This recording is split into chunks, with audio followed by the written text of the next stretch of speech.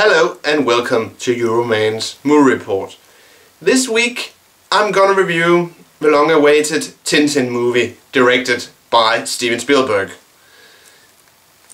Tintin, of course, as you know, was made by this guy from Belgium called Pegg, and it was about this adventure reporter who, together with his loudmouth drinking friend Captain Haddock, or as we learn in this movie, Archibald Haddock of the Haddock clan, goes around the world, gets into danger, fights off villains and other bad people.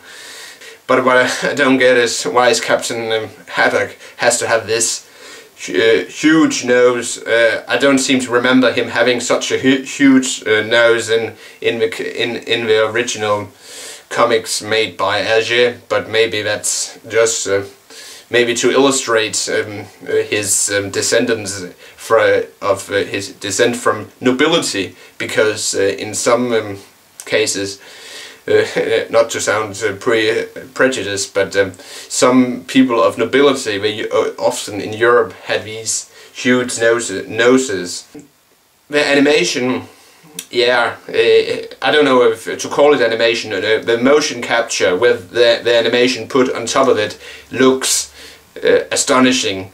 It puts a three-dimensional perspective on the Tintin universe without making it into a cartoon. The cartoon series which we have been used to from the early 1990s with the adventures of Tintin.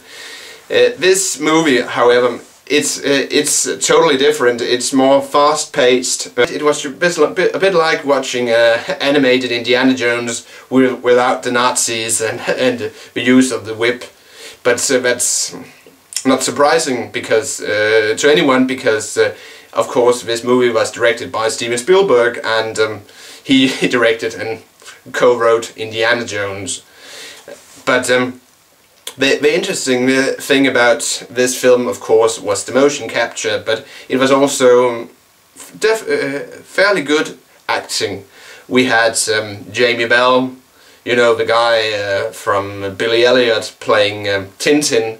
It's funny in some scenes. I don't know if it's just me, but Jamie Bell, he sounds a bit like Ewan McGregor.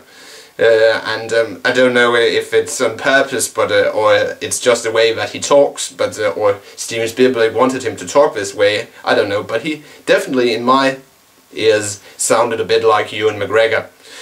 And we of course had Andy Serkis as Captain Haddock. We had Daniel Craig as Sakharine, of course, as he's called, is a direct descendant from Rackham the Red, and the facial characteristics, the voice is exactly the same. So, but that's the funny thing about the Tintin universe, that you can have people who belongs to the same family 200 years apart and still look the same way and have the same voice. But that's what makes Tintin so good, is it doesn't take this into account.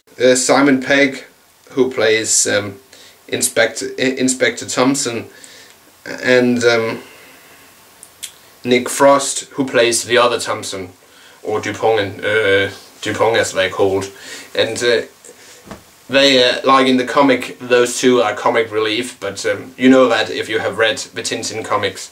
And and the whole thing, it was a very Steven Spielberg had put a very fresh perspective on Tintin, and that was made the movie not boring. I didn't expect it to be boring, but the thing that he had made them, he had cut some stuff away, but and then he had mixed together several references to other Tintin comics in this movie, and that is very interesting. For instance, while on the Carabouchon, as the ship is called, you see in and here's a spoiler, when Tintin has to take the keys from one of the corrupt crew members of the Carabouchon, there is a giant shark hanging from the ceiling, and that is, in my opinion, of course, a reference to another Tintin